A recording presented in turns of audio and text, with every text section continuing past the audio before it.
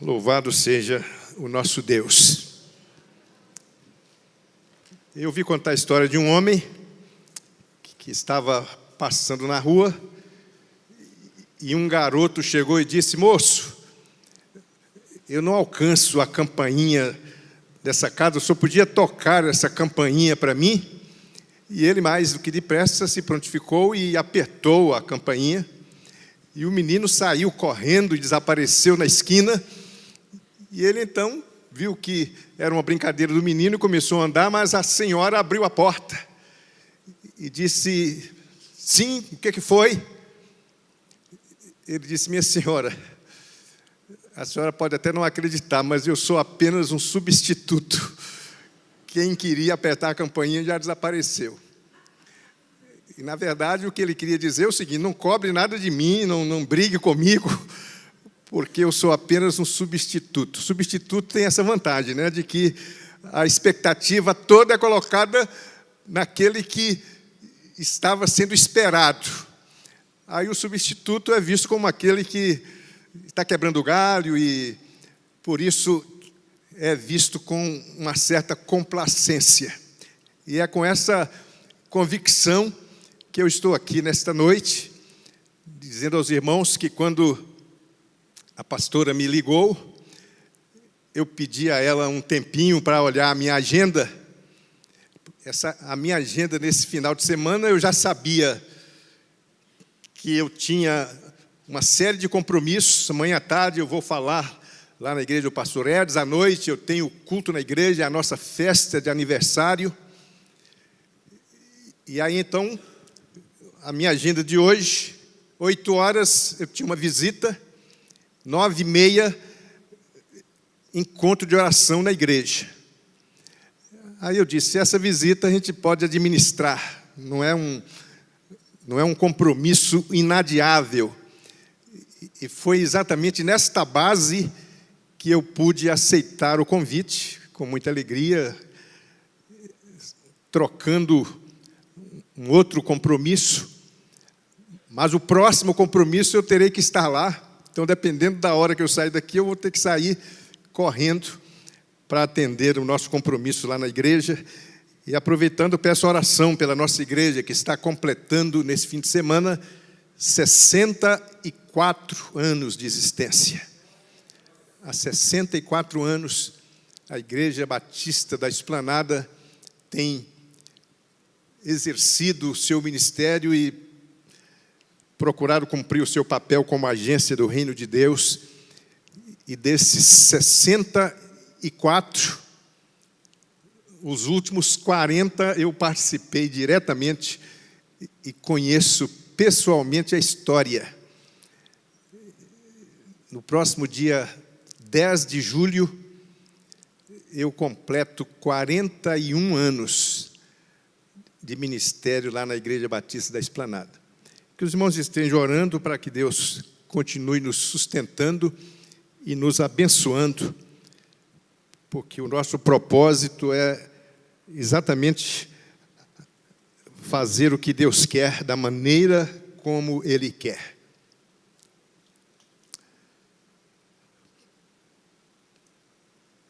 Por um tempo mais feliz, estou entendendo essa palavra tempo exatamente como um período que a gente pode ter, pode construir, pode planejar para vivenciar no contexto da família experiências agradáveis, experiências que trazem alegria e felicidade.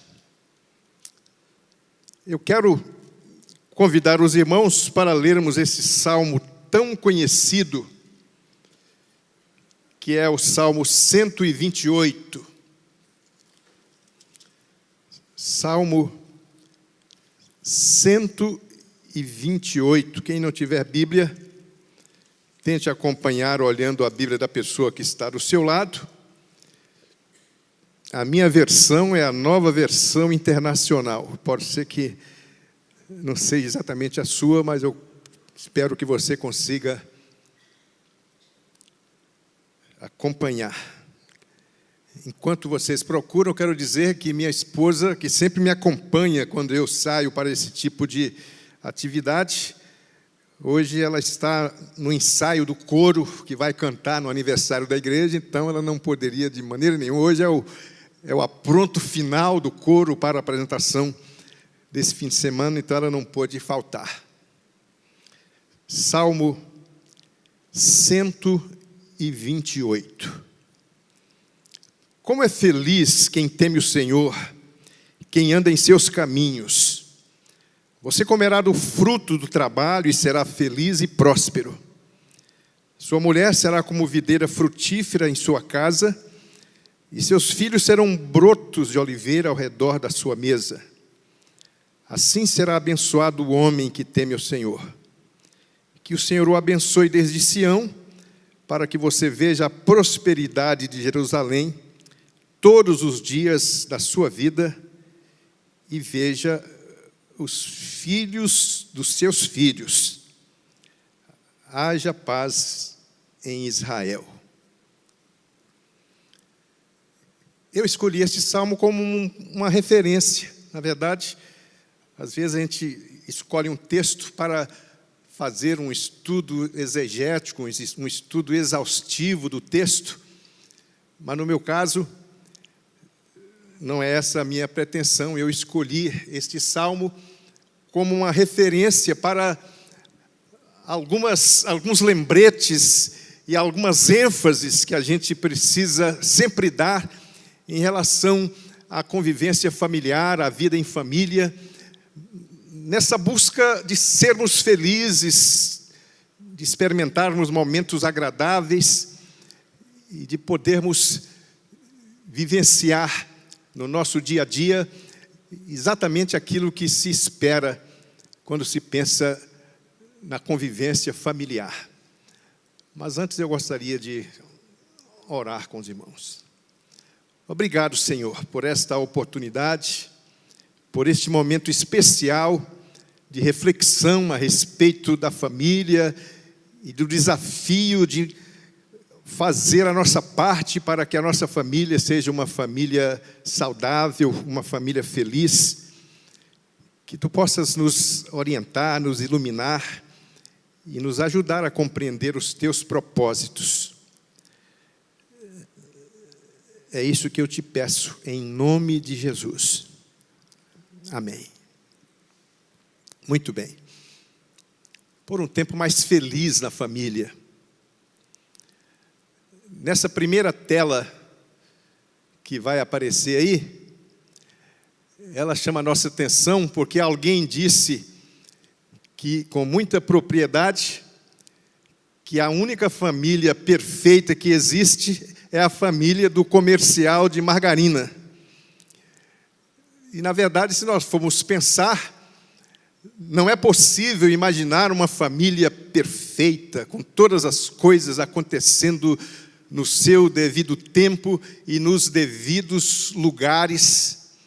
Haverá sempre oportunidades de desconforto, haverá sempre experiências de dor na família, haverá sempre desencontros, já que nós somos humanos e na nossa humanidade nós não conseguimos superar os desafios que são colocados diante de nós para que possamos ter uma vida verdadeiramente feliz e saudável. Mas é bom que a gente entenda que o alvo não pode ser outro. Nós precisamos perseguir esse alvo de termos uma família feliz, de termos uma família que busca vivenciar momentos especiais na sua existência. E precisamos entender que ser feliz é muito mais do que ter momentos de prazer e de uma comida gostosa ou de ter a oportunidade de passar margarina no pão. E com base nesse texto que lemos, eu quero chamar a atenção dos irmãos e conversar com os irmãos sobre algumas ações, algumas decisões, algumas coisas práticas que nós podemos e precisamos fazer e providenciar para que os momentos de felicidade na nossa família sejam cada vez maiores e mais constantes. Então é nesse sentido que eu quero refletir com os irmãos e chamar a atenção de todos, esperando que Deus nos ajude a entender a sua palavra e a colocar em prática os princípios que ela tem para a nossa vida. Em primeiro lugar, nós precisamos, como servos de Deus, como crentes no Senhor Jesus Cristo, nós precisamos criar oportunidades na nossa família para o cultivo dos valores espirituais. Eles são os mais importantes. Eles precisam estar acima de todos. O Salmo diz: feliz é o homem que teme ao Senhor. Então há uma referência clara ao temor do Senhor.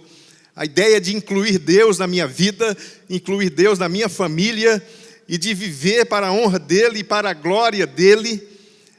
Eu tenho que gastar tempo na minha família com tantas coisas, e eu não posso esquecer de separar um tempo para colocar em prática a minha vida devocional. Estou falando como família. Cada crente tem a sua vida devocional pessoal. Cada crente precisa ter o seu momento diário com Deus, o seu a sós com Deus, o seu momento de fé, o seu encontro pessoal com Deus. Se o crente não tem isso, ele não vai ter uma vida cristã de alto nível. Todos os dias, o servo de Deus precisa gastar tempo lendo a palavra de Deus, refletindo sobre os ensinos desta palavra, orando por sua família, orando pelos seus amigos, ter a sua lista de oração. Então, um momento devocional, pessoal, é algo imprescindível na vida do crente. Mas eu quero agora pensar nesse momento devocional voltado para a família. No meu tempo de adolescente, era o famoso culto doméstico. Você já imaginou como é importante para a família o culto doméstico? Um tempo que a família vai se colocar num lugar, todo mundo, para ler a Bíblia. Na minha casa a gente cantava, lia a Bíblia, conversava sobre a Bíblia, orava a respeito dos assuntos, dos pedidos, das necessidades. Orávamos pelas necessidades da família. Quantas vezes tivemos essa experiência maravilhosa de receber a resposta de Deus para pedidos que eram feitos no contexto da família, por membros da família. E aí então a gente celebrava. É um momento feliz. Uma vez uma criança que estava na minha casa participando do culto familiar falou assim: pastor, fala com a minha mãe e meu pai para fazer isso lá em casa, foi tão gostoso. Então uma criança achou o momento gostoso. É um momento feliz. Já pensou se cada família tomasse essa decisão de criar esse tempo feliz, sem estresse? Eu conheço casos em que a hora do culto doméstico é a hora do estresse. Todo mundo, a esposa brigando com o marido brigando com a mulher, chamando os filhos que não querem vir, aquela coisa toda. Então acaba sendo um momento de tensão. Mas se for bem administrado, se criar o hábito, a ponto de a criança cobrar. Você já deve ter percebido isso. Há momentos em que, por alguma razão, essa prática atrasa ou não acontece e a criança pergunta se não vai ter. Então é preciso cultivar na nossa família esses valores espirituais. Estou falando da oração, da leitura da Bíblia, da fé, do amor. Essas coisas todas podem ser administradas e podem ser enfatizadas no contexto do culto familiar. Eu digo na minha igreja, hoje as coisas são tão difíceis. Os pais de família me dizem que não é fácil separar um tempo todos os dias para o culto familiar. Então eu digo para eles, pelo menos uma vez por semana, vamos fazer um esforço. Se não der para fazer esse encontro familiar todos os dias, se esforce para que pelo menos uma vez por semana você possa ter a oportunidade de reunir a sua família para um momento feliz de adoração a Deus, de reflexão na palavra de Deus, de compartilhamento, porque isso é de fato fundamental para que a família seja uma família feliz, porque às vezes a falta de felicidade na família resulta da presença dos problemas de relacionamentos, os desencontros familiares. E o meu colega, o pastor Alessio, me contou o seguinte: ele tinha 2 filhos adolescentes, e numa tarde ele saiu com a sua esposa para fazer visitas, e quando voltaram tinha alguma coisa errada lá que foi feita na casa, e logo que descobriram, chamaram o primeiro filho, o mais velho,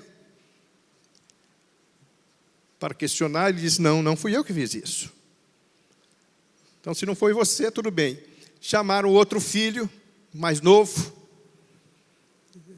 e ele disse: não, eu não fiz isso, eu não sei, deve ser o fulano.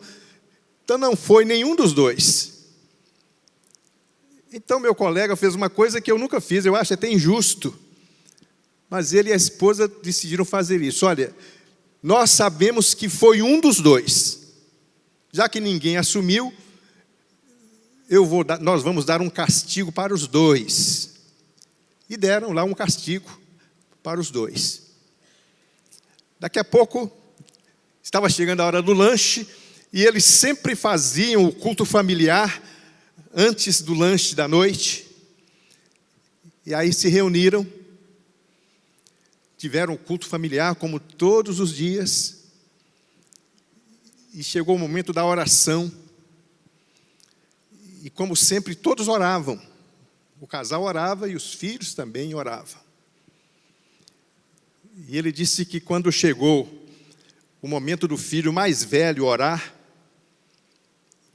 ele fez uma oração mais ou menos assim: Senhor Deus, Tu sabes o que eu estou sentindo agora, porque não fui eu que fiz essa coisa errada, e o meu irmão sabe que foi ele, mas ele não assumiu, e eu estou com raiva dele. Mas eu te peço, Pai, coloca amor no meu coração pelo meu irmão. Eu preciso amá-lo, mesmo ele tendo feito isso comigo, eu preciso amá-lo. E terminada a oração, em nome de Jesus, amém, o outro irmão já estava chorando, e já disse: meu irmão, me perdoa, fui eu mesmo. E eles se abraçaram ali, tiveram um momento muito bonito, ali naquele culto familiar.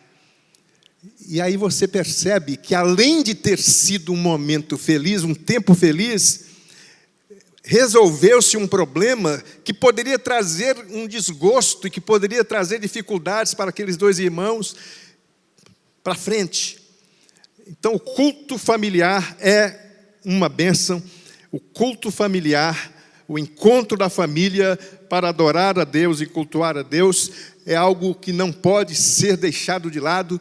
Então, se você quer ter um tempo feliz na sua casa, na sua família, esse é o tempo especial por excelência. Desde pequenininho você pode chamar sua criança para participar do culto familiar.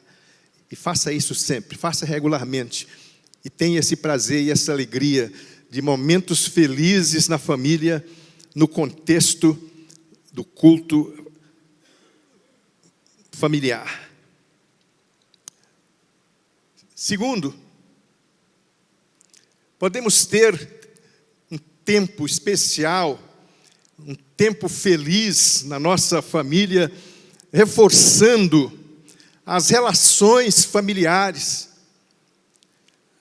A família precisa ter as suas interações reforçadas, valorizadas, incentivadas. E para que isso aconteça, tem que se criar um tempo para isso. Senão não vai acontecer, mesmo que haja boas intenções, não vai haver o tempo para isso. Então o Salmo 128 faz menção de um momento em que a esposa e os filhos estão em volta da mesa. Não é um momento bonito esse? A família em volta da mesa. Para os judeus, esse era um tempo sagrado até. A refeição era o tempo sagrado para a família, quando todos se reuniam em volta da mesa. Lá na minha casa, no interior, se alguém não tivesse chegado, a gente ficava esperando. Tinha que chegar todo mundo, a menos que já soubéssemos que não viria, porque viajou ou teve outro compromisso. Mas a refeição, esse em volta da mesa, para colocar em foco a refeição, esse tempo em que a família está ali reunida. E o que é importante nesse momento? É o foco voltado para a família, é a família junta, a família reunida. O que acontece quando a família está reunida? Tem o bate-papo, tem os momentos engraçados, tem os compartilhamentos de coisas sérias, as referências a fatos da vida, a coisas da igreja. Então esse momento, esse tempo da família junta é um tempo precioso demais e é um tempo de muita felicidade. A família é feliz quando ela experimenta esses momentos de reforço da interação. E eu coloquei nessa tela essa imagem de propósito, porque a tendência é a gente pegar aquela família bem grande, não é? Que tem até o vovô e a vovó, aquela família enorme, naquela mesa enorme, para falar a respeito desse momento da interação da família em volta da mesa. Mas eu fiz questão de escolher essa imagem, primeiro, porque hoje nós não estamos mais nesse tempo de famílias enormes. Eu sou de uma família de 11 irmãos. No meu tempo era assim. Os pais tinham 11 filhos, 12 filhos. O seu Zeferino, que era nosso vizinho lá, tinha 17 filhos. Então era diferente, hoje não. Então hoje as famílias são menores. E aí quando você tem uma mãe e o filho assentados à mesa, você pode até imaginar que essa mãe é só ela e ele. O marido sumiu no mundo, ou já morreu, quem sabe é viúva, ou o marido foi embora. Ou eu tenho lá na minha igreja um casal em que o marido fica 15 dias fora e fica 15 dias em casa. Então, naqueles 15 dias, fica só a mãe e o filho. Então, independente do tamanho da família, isso tem que ser cultivado.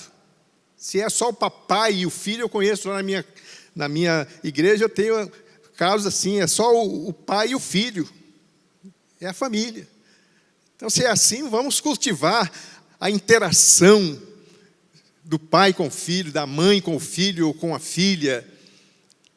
Essa interação em volta da mesa é a mais natural, fácil de ser promovida. Mas essa não é a única possibilidade. Tem famílias que não podem se dar esse luxo. Quantas famílias não podem se reunir para a refeição porque as pessoas trabalham longe, almoçam lá no trabalho, e eu conheço famílias que não podem almoçar, os familiares não podem almoçar juntos, não podem jantar juntos. Então, se for depender de ficar em volta da mesa para uma refeição, vai ser muito difícil. Mas o que eu estou querendo enfatizar aqui é o ajuntamento da família. O que eu quero que você pense é nesse tempo feliz em que os familiares estão juntos. Pode ser um momento de lazer, pode ser um momento de um jogo. Lá na minha casa tinha um jogo dicionário, que nem sei onde é que eles inventaram aquilo, se você já conhece. Então, era um jogo engraçado, todo mundo ria e ninguém queria parar, a família ficava um tempão envolvida naquele jogo do dicionário. Pode ser um jogo, pode ser um bate-papo. Que gostoso a família poder se reunir para ter um bate-papo informal. O pai e a mãe podem desenvolver o hábito de contar a sua história para os filhos. Você tem esse hábito? Contar para os seus filhos como que era na sua infância, como é que você cresceu. Meus filhos adoravam ouvir minhas histórias. E um dia a minha filha falou assim: pai, já tem um tempão que você não conta aquelas coisas que aconteciam com você quando você era criança. Então, gente, há uma pesquisa que diz que os alunos mais saudáveis na escola são aqueles alunos que conhecem a história de vida dos pais. Mas a questão não é exatamente esta. A criança é saudável porque ela conhece a história de vida dos seus pais. A questão é, para que ela conhecesse a história de vida dos seus pais, ela passou tempo ao lado dos seus pais, ouvindo essas histórias. E assim, pode ser cultivado o tempo de relacionamento nessa vida de corre-corre, quando a gente está sempre ocupado e a criança quer conversar conosco e a gente diz que agora não, e a esposa quer conversar com o marido e ele diz por enquanto não, e vice-versa. Então, se você estabelecer sistematicamente esse processo, aí é diferente, porque vai ter um momento separado para isso. Pode ser vinculado a uma comida ou não. Enquanto a mamãe faz a broa, faz o cuscuz, ou pode ser em volta da churrasqueira, ou tomando um suco qualquer. O importante é ter um tempo de interação da família. Isso é gostoso, isso é saudável, isso é recomendável, isso faz a família mais feliz. A família que se reúne para compartilhar, que se reúne para cultivar essa união, essa proximidade. Isso aumenta o interesse de uns pelos outros, aumenta o amor de uns para com os outros, e isso é, de fato, algo muito especial. Arranje um tempo para que a sua família possa cultivar essas interações. E pode ser dessa maneira mais natural, reunindo a família em volta da mesa para que possam comer juntos. Além disso, pode passar? Conciliando família e trabalho. O texto diz que o homem feliz é aquele que come do seu próprio trabalho, que vive dependendo do seu trabalho. Então, o trabalho é de Deus. O trabalho é uma coisa boa. Só que, às vezes, a gente não consegue conciliar o trabalho com a família. E aí você começa, por exemplo, a misturar as coisas. E há daquelas pessoas que trazem o trabalho para casa. E há ainda aquelas, hoje isso está se tornando comum, que a pessoa já trabalha em casa, o seu escritório é em casa. Ela não precisa sair para ir trabalhar fora. Se você não tiver cuidado, isso poderá ser ou trazer um prejuízo enorme para a sua família, porque aí você vai deixar que o trabalho envolva tudo, alcance tudo e ocupe toda a sua agenda, e aí você não vai ter feriado. Amanhã será feriado, mas tem muita gente que não vai poder dar tempo à família. Não é um tempo bom esse para ficar com a família?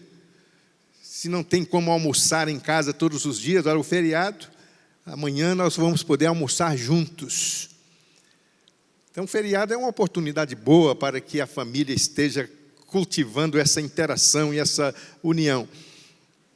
Mas certamente haverá muita gente que não vai poder fazer isso, exatamente porque estará trabalhando, porque já está deixando algumas coisas de hoje para amanhã, e até mesmo já sabendo que amanhã é feriado, aí você já vai deixar de propósito, porque não adianta, eu não vou correr hoje, porque eu sei que amanhã é feriado e eu vou poder adiantar o meu trabalho. Então, gente, vamos prestar atenção nisso, vamos ter cuidado com isso. Tem a história daquele moço, que num feriado ele levantou bem cedinho, e quando a filhinha dele, de 9 anos, acordou, ele já estava com o computador aberto, trabalhando. E aí, quando ela chegou e começou a mexer com ele, ele disse: minha filha, o papai está tão ocupado, deixa para depois. E ela continuou insistindo, ela disse: minha filha, se você soubesse, apesar de hoje ser feriado, a minha agenda está superlotada. Minha agenda hoje está cheia. E a menininha então falou assim: papai, e você me incluiu na sua agenda? Na verdade, parece que não tinha incluído ela não, ninguém. Então eu estou usando essa palavra, que é a palavra de ordem dos empresários, é a nossa palavra de ordem, a agenda. Nós vivemos em função de uma agenda. Então você vai precisar colocar na sua agenda a sua família. Coloque lá na sua agenda, você tem quantos filhos? Coloque lá na sua agenda um tempo para cada um deles, para sair com eles, andar de bicicleta com eles, para brincar com eles, bater papo. Coloque isso na sua agenda, porque talvez se você não fizer isso,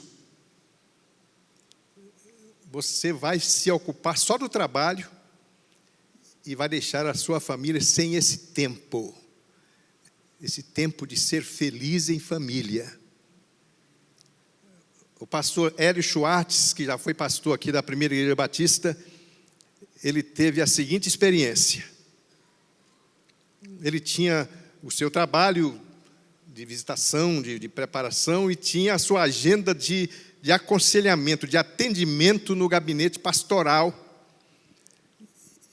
e a sua secretária fazia todas as semanas a sua agenda, e quando ele chegava no seu gabinete, ela passava os nomes e os horários das pessoas que iam ser atendidas naquele dia. E uma bela tarde ele chegou, a secretária lhe passou a lista das pessoas, havia 3 pessoas alistadas ali, os horários de cada uma. E na lista havia um nome, Renato. Renato é uma pessoa que eu vou atender, ele nem lembrou, nem prestou atenção de que ele tinha um filho chamado Renato. E qual não foi a surpresa dele? Que quando chegou aquela hora, entra o Renato, seu filho. Ó, meu filho, o que é isso? Estou entendendo não, você marcando hora para falar comigo? Ô pai, sempre que eu procuro você, você sempre tem uma escapadela, você tem uma desculpa, e às vezes eu preciso de um pouquinho mais de tempo, você diz daqui a pouco. E aí eu percebi que as pessoas que vêm aqui no seu gabinete, você gasta pelo menos 45 minutos com cada uma delas, quando não é mais. Então eu já percebi que na sua agenda de atendimento, cada atendimento tem 45 minutos. Então eu entendi que a melhor maneira de eu ter 45 minutos com você é incluir o meu nome na lista. E a sua secretária, ela foi cúmplice comigo quando eu pedi para ela não comentar nada com você. O Hélio disse que ficou totalmente envergonhado e isso provocou nele essa reflexão. Que pai de família eu estou sendo, que o meu filho que quer conversar comigo tem que marcar uma hora na minha agenda de trabalho. E ele disse que foi o ponto de partida para ele reformular a sua agenda. Então, gente, mães e pais de família, e os filhos também, porque os filhos, às vezes, aqui não tem agenda para nós. Você quer falar com ele? Não, agora eu não posso, agora tem o fulano, marquei com fulano. Agora eu tenho que colocar em dia o meu Face. Então, os filhos também vão ter que entrar nessa negociação, para que o trabalho não seja um problema e que, apesar do trabalho, você possa ter um tempo especial para a sua família. Isso é necessário, isso é fundamental. Próxima. Você precisa também incluir na sua preocupação e na sua visão de família essa questão da valorização do vovô e da vovó. Você viu que aqui no texto há uma menção aos filhos dos filhos. Não é verdade? O vovô e a vovó como membros da família. E eu estava lendo na revista super interessante, que já há uma pesquisa que mostra que crianças que interagem com os avós são crianças mais felizes. E mais, que os avós que interagem com os seus netos são avós mais felizes. Então, gente, que oportunidade boa para a gente trabalhar isso. Ao invés de querer afastar o netinho do vovô, colocar o netinho perto do vovô, incentivar o relacionamento do vovô e da vovó. Eu sei que os avós, às vezes, atrapalham um pouco a questão da educação dos filhos. Os avós são muito generosos, são muito complacentes. Eu vejo pais reclamando, dizendo que os avós estão atrapalhando a educação. Mas tem um jeito de conciliar isso, porque não pode separar. Então, crie um tempo de interação das crianças, dos netos com os avós. Isso é bom, É um tempo feliz para o vovô, é um tempo feliz para a vovó e é um tempo feliz para o netinho e para a netinha. E se o vovô mora fora, cultive esse hábito de levar as crianças para visitarem o vovô e a vovó. Traga o avô para casa para passar um tempo. Não dificulte, não crie barreiras, porque já está provado cientificamente que isso é saudável, isso é bom, isso é recomendável. Então, o tempo de interação com os mais velhos da família é um tempo feliz. Às vezes isso não é possível. O vovô já se foi, a vovó já morreu. Mas sempre haverá alguém mais velho na família para criar essa oportunidade de interação, de participação, para que a família possa ser uma família de fato feliz. E aí, cultivando sonhos. O texto diz assim: assim será abençoado o homem que teme ao Senhor. Que o Senhor o abençoe desde Sião, para que você veja a prosperidade de Jerusalém todos os dias da sua vida e veja os filhos dos seus filhos. Isso aqui está falando de um sonho, de um ideal.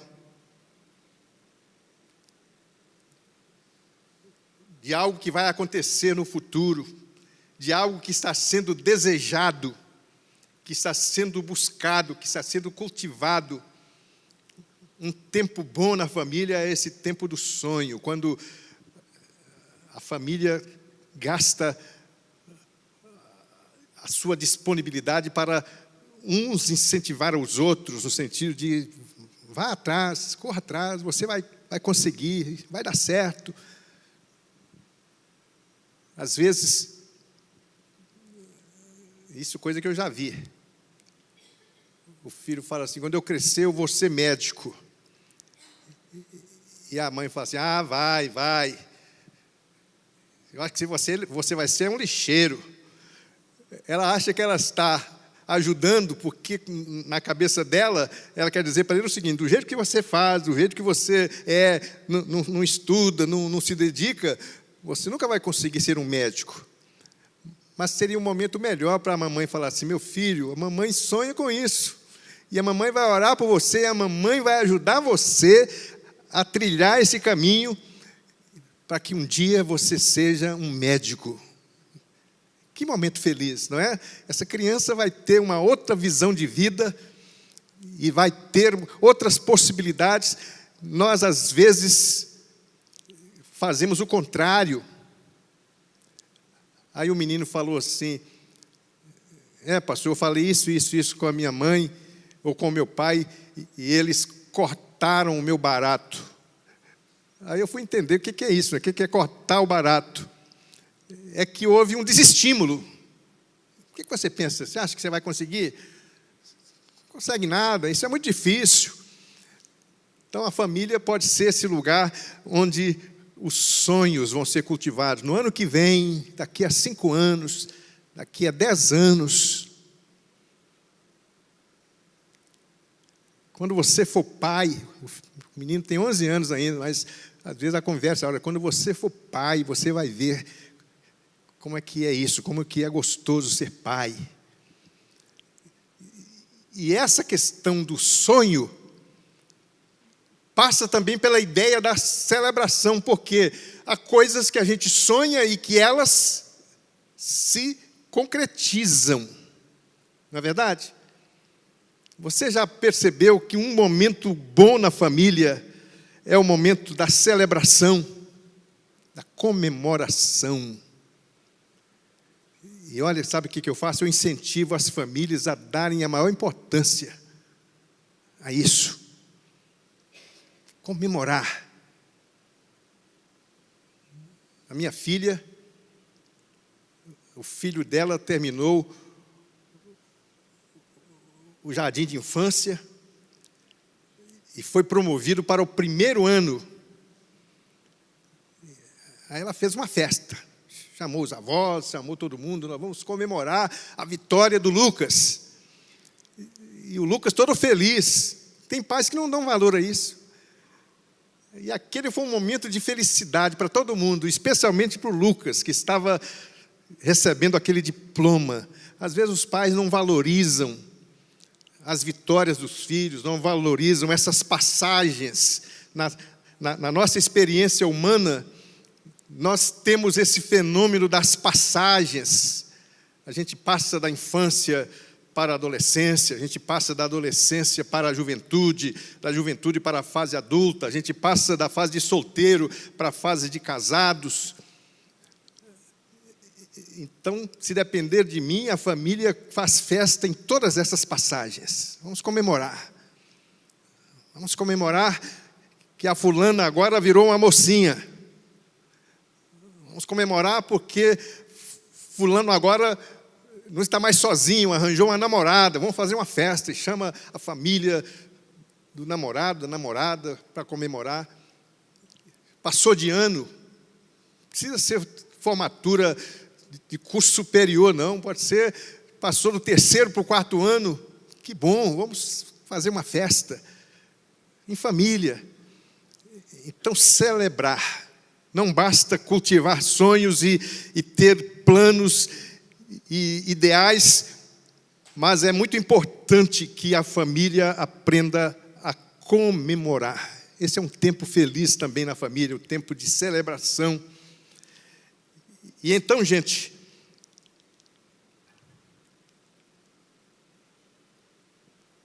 a partir dessa possibilidade de tempos felizes na família, a partir dessa possibilidade de a gente promover isso, de a gente criar esses momentos para que eles sejam vivenciados, porque se eles não forem criados, possivelmente não vão existir, é preciso que haja uma atitude adequada, uma atitude favorável, para que a família possa ser de fato feliz. Nessa família aqui, o texto faz referência à esposa dizendo assim: sua mulher é como videira frutífera em sua casa. Primeiro, não se pode falar em família sem pensar na casa.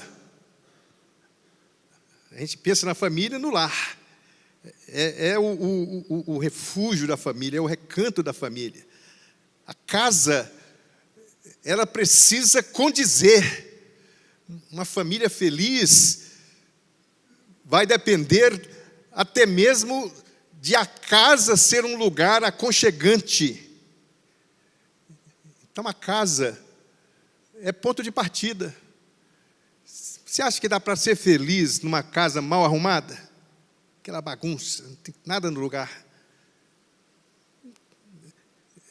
Traz desconforto, traz um mal-estar. Então, a casa precisa ser aconchegante. Não precisa ser luxuosa, não. Não precisa ser rica, não. Mas cada coisa no seu devido lugar. A irmã Dina era uma ovelha que eu tinha. Morava num barraco ali no morro. E as pessoas sempre comentavam quando iam na casa da irmã Dina. Porque o barraquinho dela era arrumadinho. O banquinho de caixote. Os pauzinhos fincados na parede. E o vasilhame pendurado, tudo brilhando. A gente chegava, olhava aquela parede bonita, com aquelas panelas, com aquelas vasilhas brilhando, tudo arrumadinho. E aí a gente pensava, não precisa ter mansão para que haja arrumação, pode ser numa casa simples. Então, se a casa é bagunçada, então todo mundo tem que ajudar. Eu vejo lares, eu vejo casas em que os pais As mães são mais preocupadas com isso, né? A questão da arrumação. Os filhos, adolescentes, bagunçam tudo.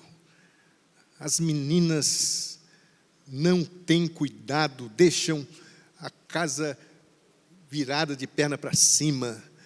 E a irmã disse: pastor, para ir na minha casa, o senhor tem que avisar, porque a fulana, que é a menina dela, a fulana deixa a minha casa intransitável. Então o senhor tem que avisar, porque aí tem que ver, tem calcinha pendurada para todo lugar, tem absorvente jogado em lugares indevidos, e as roupas dela ficam penduradas na maçaneta da porta.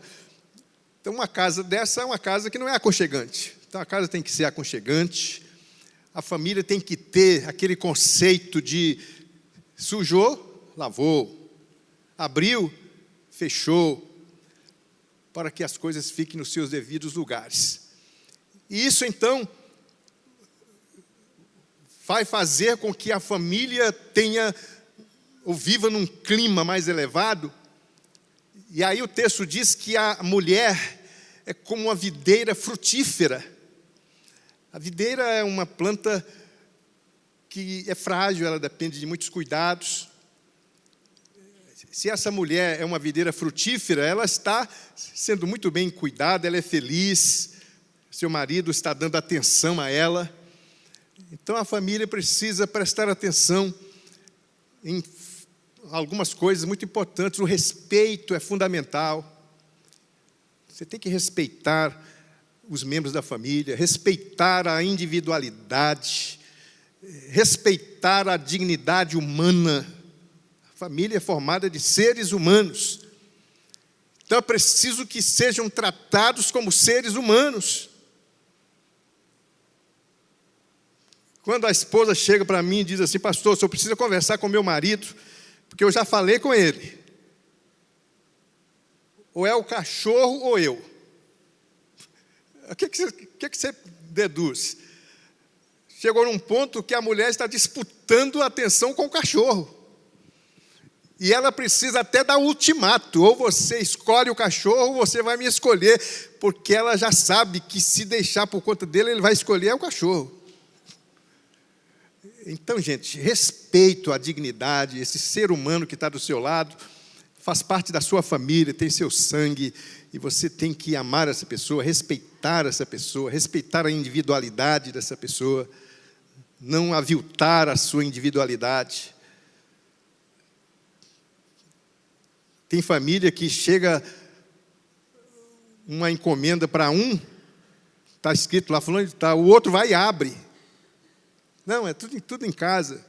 Vamos respeitar, cada um tem os seus direitos.